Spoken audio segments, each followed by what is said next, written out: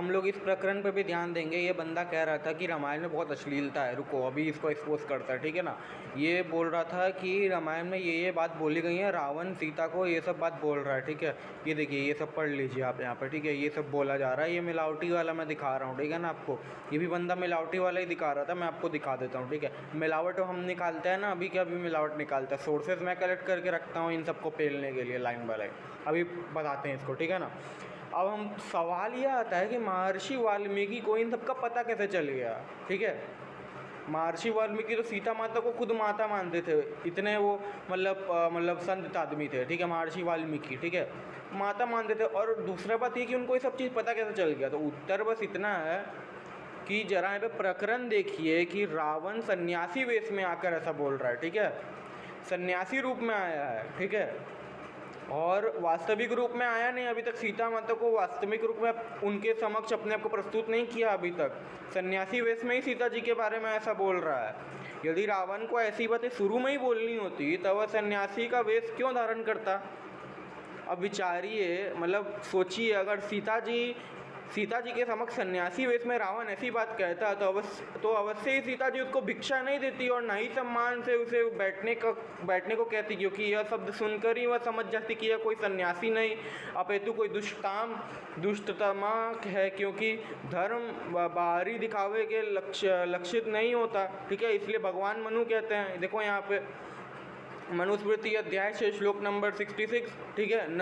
न लिंग धर्म कारणम, अर्थात दिखावे के लिए दंड कमंडलू आदि धारण करना धर्म का लक्षण नहीं है। मतलब सन्यासी का वेश धारण करना धर्म का लक्षण, मतलब यहाँ पे दिखावे के लिए धर्म का लक्षण नहीं है सन्यासी का वेश धारण करना, ठीक है। वेद स्मृति सदाचार स्वस्य च प्रियन आत्मनः, ये मनुस्मृति अध्याय 2 श्लोक नंबर 12 है। इसका अर्थ यह है, वेद स्मृति सत्पुरुषों का आचार और अपने आत्मा ज्ञान से अवरुद्ध प्रियाचरण से ये 4 धर्म के लक्षण है, अर्थात इन्हीं से धर्म लक्षित होता है ना। यहाँ पे रावण मतलब ये तो मिलावटी हो गया पूरा, ये पूरा वेद विरुद्ध बात कर रहा है यहाँ पे, ठीक है ना। यहाँ पे शास्त्र विरोध बात कर रहा है, जबकि रावण पूरा शास्त्र को मानता था, सारे के सारे शास्त्रों को मानता था। वो ऐसा काम कभी कर ही नहीं सकता, ठीक है। दूसरा आक्षेप देखते हैं, ठीक है। यहाँ पे बात तो चल ही रही है, जब श्री राम जी मारीच का वध करके आते हैं तो उस समय उसके बाद रावण तो सीता जी को हर के ले जाया जाता है, ठीक है ना। तो फिर क्या करते हैं श्री राम जी, जाकर सभी पेड़ पौधों से पूछते हैं कि मेरी सीता कहाँ गई, मेरी सीता मतलब वहाँ पे जो फल होते हैं उनसे सीता जी के स्तनों का तुलना करते हैं। अब ये अश्लीलता ना कहा जाए तो क्या कहा जाए, ठीक है ना। अब इसको भी हम निवारण करते हैं यहाँ पर, ठीक है ना। वाल्मीकि रामायण से देखिए यहाँ पर, ठीक है। ये वाल्मीकि रामायण का पूरा खुलने दीजिए, ठीक है ना। यहाँ पे पूरा बात लिखा हुआ है, ठीक है। ये पूरा बात लिखा हुआ है, ये भी पढ़ लीजिए पूरा, पॉज करके जिसको पढ़ना पढ़ लो, ठीक है। अब इसकी समीक्षा करता हूँ मैं, ठीक है ना। अभी मैं बताता हूँ कि कभी किसी वृक्ष या मतलब या पेड़ पौधे को किसी मनुष्य से बात करते हुए देखा है? हाँ, किसी ने कभी नहीं, हो ही नहीं सकता भाई ऐसा। ये इसी से पता चल जाता है कि ये सर्गी मिलावट है, ठीक है। क्योंकि ईश्वर का ज्ञान जो है पूर्ण होने से जो सृष्टि में जैसा नियम आज है वैसे ही नियम पहले भी था, ठीक है। अब बहुत लोग कहेंगे कि यार तो अपने मन से बना के बोल रहा है, ठीक है। तो फिर वो पूछेंगे कि आपके पास कोई प्रमाण है कि ये मिलावट है, ठीक है। तो अब मैं उनको बंगाल संस्करण का प्रमाण देता हूँ, ठीक है। ये देख लो, ठीक है। रुक जाओ, पहले ऊपर देख लेने दो, ठीक है। कंपेयर कर लो, ठीक है। ये है, ठीक है, पूरा ये पॉज कर लो, पढ़ लो इसको पूरा। एक बंगाल संस्करण से दिखाता हूँ, इसको पढ़ो, ठीक है। पॉज करके पढ़ लो इसको भी, दोनों में कंपैरिजन कर लो, स्क्रीनशॉट ले लो और कंपैरिजन कर लो एक साइड में, ठीक है। दोनों को कंपैरिजन कर लो, श्लोकों को कंपैरिजन करो, सिर्फ श्लोक का कंपैरिजन करो, पाठ वेद देखो, ठीक है। ये देखो, इसको भी स्क्रीनशॉट ले लो, ठीक है। फिर ये भी ले लो, ठीक है। ये भी यहाँ से पूरा आ जाता है तुम्हारे यहाँ, ठीक है, पूरा मिल जाएगा। इसको भी ले लो, फिर से मैं यहाँ पे दे देता हूँ, ठीक है। ये पूरा ले लो, ठीक है ना। अब यहाँ पे बंगाल संस्करण का जो सर्ग 66 है उसका अंतिम श्लोकों को देखो और सर्ग 67 और जो सर्ग 67 है उसके शुरुआत के श्लोक को देखो, ठीक है ना। अब गीता प्रेस का जो सर्ग है 59, मतलब जो येलो वाला है गीता प्रेस वाला है, ठीक है ना, उसका सर्ग 59 के अंतिम श्लोक को देखो, ठीक है। वो सर्ग जो है 61 के शुरू के श्लोकों को देखने के समान बहुत थोड़े पाठ भेद में थोड़ा जो है ना अंतर आता है, बहुत ज़्यादा डिफरेंस आता है पाठ भेद में, ठीक है। जिससे ये सिद्ध होता है ना कि ये मिलावट है। जो पूरा 60 सर्ग है ना गीता प्रेस का येलो वाला, पूरा मिलावट है, जो बाद में किसी अल्पबुद्धि मनुष्य द्वारा मिलाया गया है, ठीक है ना। आक्षेप देखते हैं, ठीक है, एक और आक्षेप देखते हैं, ठीक है ना। अरण्य कांड सर्ग 63 श्लोक 8 में भगवान राम कहते हैं कि मेरी प्रिया सीता, मतलब ये सब उल्टा सीधा बात बोलते हैं, ठीक है ना।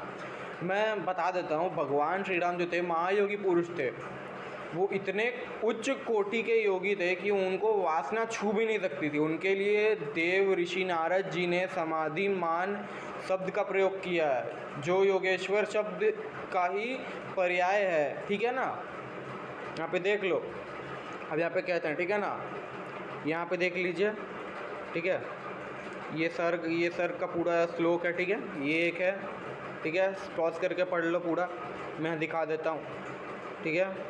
अभी ये पूरा अरण्यकांड का सर्ग 61 और सर्ग 64 को पूरा देख लो, ठीक है। ये पूरा स्क्रीनशॉट ले लो या फिर पॉज करके पढ़ लो, ठीक है।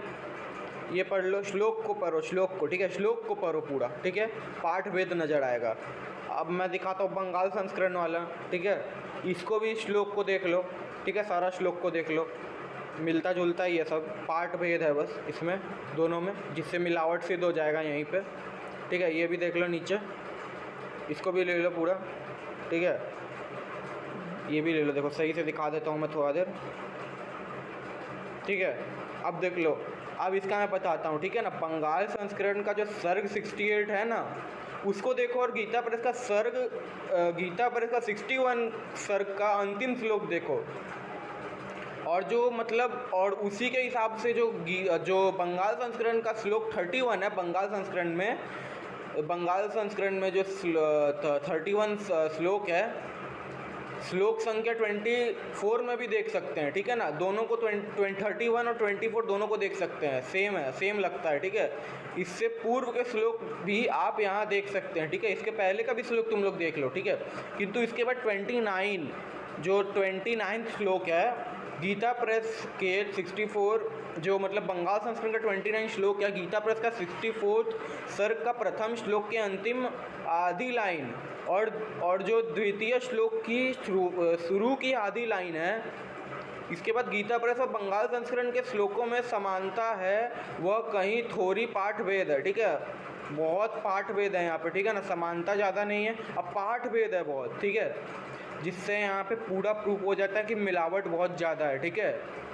गीता प्रेस में जो भगवान राम द्वारा नदी को पुकारने की बात आई है, वो झूठ है, ठीक है ना, झूठ हो सकता है भाई, क्योंकि जर नदी जो है, झूठ हो नहीं सकता है, क्योंकि नदी जर होता है, वो कभी उत्तर नहीं देता, ठीक है ना। तो ये श्लोक बंगाल संस्करण में भी नहीं आता, तर्क के साथ साथ इसका संस्करण से भी खंडन होता है, ठीक है, संस्करण से भी खंडन हो गया बंगाल संस्करण से। बंगाल संस्करण का श्लोक 25 से 28 तक गीता प्रेस में नहीं मिलता। जो श्लोक 25 से 28 है वो गीता प्रेस में मिलता ही नहीं है, बहुत पाठ भेद है, ठीक है ना, पाठ भेद बहुत ज़्यादा है, और संस्करण भी ज़्यादा नहीं है उसमें ज़्यादा। और जर नदी को भी यहाँ पे मतलब उल्टा सीधा बोल दिया है, बहुत मिलावट हुई है भाई इसमें, ठीक है ना। तो ये ऐसा कुछ भी नहीं बोल रहे थे श्री राम सीता जी को याद करते हुए उल्टा सीधा, ठीक है ना।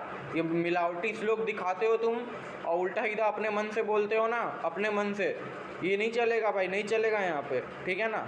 अब एक और आक्षेप क्लियर करते हैं, ठीक है ना। यहाँ पे सब लोग बोल रहा है ना कि ये लोग बोल रहा था कि लक्ष्मण जी जो है ना आयुमुखी का नाक कान और स्तन काट डाले थे, ठीक है ना।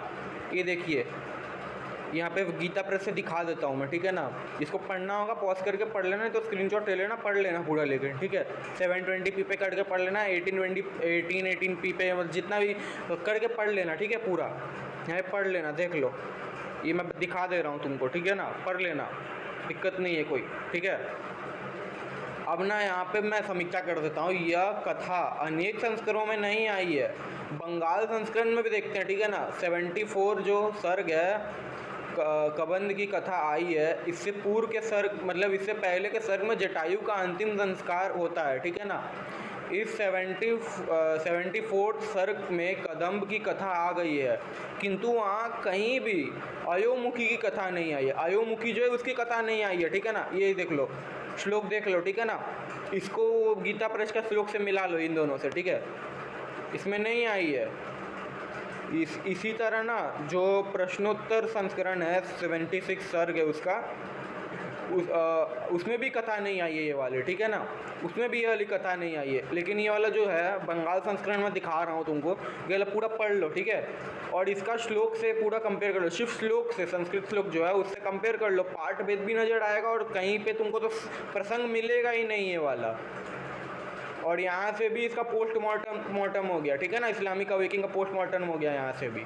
अब बोल भाई, और आक्षेप निकालते हैं, ठीक है। श्लोक दे देता हूँ मैं, ठीक है। हनुमान जी को तो हम लोग ब्रह्मचारी मानते हैं, ठीक है, लेकिन यहाँ पे श्लोक दे देता हूँ मैं, ठीक है। मतलब यहाँ पे उल्टा सीधा बोला है देवी सीता के बारे में इन्होंने। देवी सीता का मुख पूर्ण चंद्रमा के समान मनोहर था, बॉडी बहुत सुंदर थी, दोनों स्तन वगैरह जो भी मतलब यहाँ पे बात की गई है, मैं पढ़ भी नहीं सकता भाई, बहुत गलत बातें लिखी गई है। मिलावट जो लोग किए हैं ना, उन लोग लगता है अपना दिमाग का भी इस्तेमाल नहीं किया है, ठीक है। दिमाग का इस्तेमाल करता है तो मिलावट सही से कर देते शायद वो लोग, ठीक है। वो वही बात है कि सुंदर कांड में तो एक बार हनुमान जी तो रावण के खोज में भी राजमहल में गए थे, ठीक है ना, जहाँ पे रावण की स्त्री लोग सोई भी थी, उनको देखे भी थे हनुमान जी, ठीक है ना। लेकिन उस समय ना उनके मन में धर्म लोभ उत्पन्न हो गया, ठीक है, धर्म लोभ का भय उत्पन्न हो गया, और वो उन लोग के बारे में उल्टा इधर सोचे बिना सीता जी को ढूंढने में वापस लग गए, ठीक है। ये देखो यहाँ पे प्रमाण दे देता हूँ, श्लोक दे देता हूँ मैं, ठीक है। श्लोक नंबर 37, 38, 39, ठीक है, ये पढ़ लो पूरा, ठीक है। उन सोती हुई स्त्रियों को देखते देखते महाकपि हनुमान जी धर्म के भय से संगित हो उठे, ठीक है।